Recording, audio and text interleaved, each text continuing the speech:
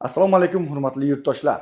Assalomu alaykum. Bugungi brifing orqali sizga xavfsizlikni ta'minlash, is gazdan zaharlanishning oldini olish hamda energiya resurslaridan to'g'ri foydalanish haqida ko'rsatma berib o'tmoqchimiz.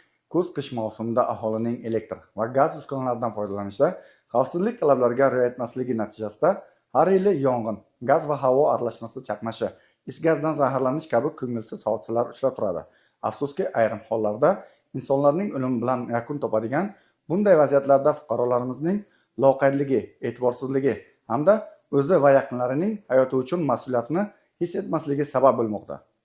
Bu yilgi kuz-qish mavsumida bunday ko'ngilsiz hodisalarning oldini olish, fuqarolarning o'zi, yaqinlarining sog'ligi hamda moddiy boyliklarini asrash, mavsumni betalofat o'tkazishni ta'minlash maqsadida aholidan quyidagi xavfsizlik qoidalariga to'liq rioya etish talab etiladi. Isitish mavsumi boshlanishidan avval isitish pechlari va dudbronlarning sozligi, quvurlarning har xil mahsulotlar bilan berkilib qolmaganligini ko'zdan kechiring va dudbron orqali havo tortish kuchiga alohida ahamiyat qarating. Isitish pechlarining dud bo'ronlarini tozalash, sozlash va ularning qoida talablari asosida o'rnatilishi bo'yicha xizmat ko'rsatuvchi maxsus tashkilotlarga murojaat qiling. Ular tomonidan lozim darajada xizmat turlarining bajarilishiga erishing.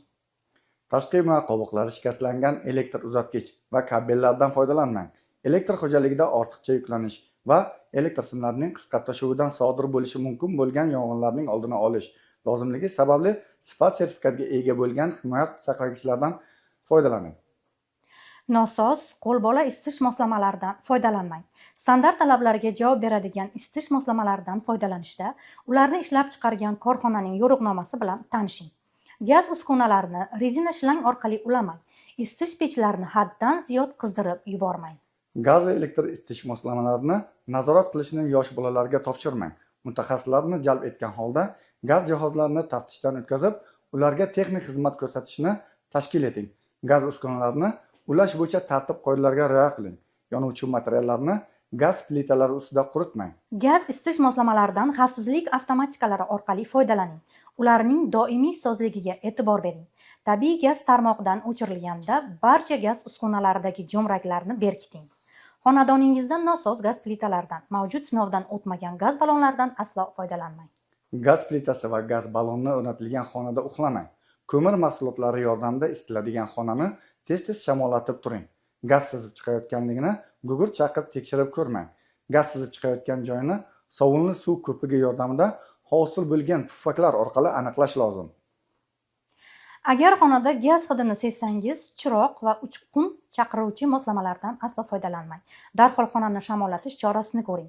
Bu haqida 104 raqam orqali gaz xizmatiga, yong'in sodir bo'lgan taqdirda yong'in qutqaruv xizmatining 101 telefon raqamiga xabar bering. Tahlillar natijasiga ko'ra, joriy yilning 9 oyi davomida 644 ta yong'inlar sodir bo'ldi. Ular elektr uskunalari va isitish pechlaridan noto'g'ri foydalanish, nostandart gaz jihozlarini ishlatish, ochiq olovdan foydalanish sababli yuzaga kelgan.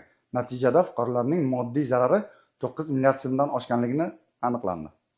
Shuni inobatga olgan holda xavfsizlikka rioya qiling. Dud bo'ronlarini tozalang.